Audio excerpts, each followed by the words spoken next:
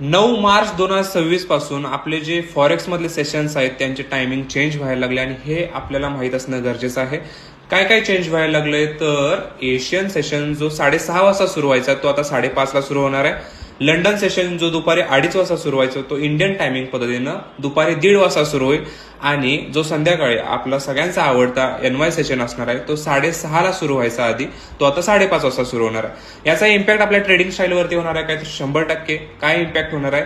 आपली जी मॉर्निंगची स्ट्रॅटेजी असणार आहे जी आपण 5:30 वाजता बघायचो ती आता आपल्याला 1 तास आधी म्हणजेच 4:30 वाजता बघावी लागणार आहे. संध्याकाळी म्हणजे जो न्यूयॉर्क सेशन असणार आहे ज्या वेळेला आपल्याला सगळ्यात महत्वाच्या आपल्या न्यूज फंडामेंटल न्यूज बघत होतो ज्या की 7 वाजता असायच्या त्या इथून पुढे तुम्हाला 6 वाजता बघायला भेटणार आहेत. सो ही माहिती आपल्याला 100% उपयोगी पडणार आहे.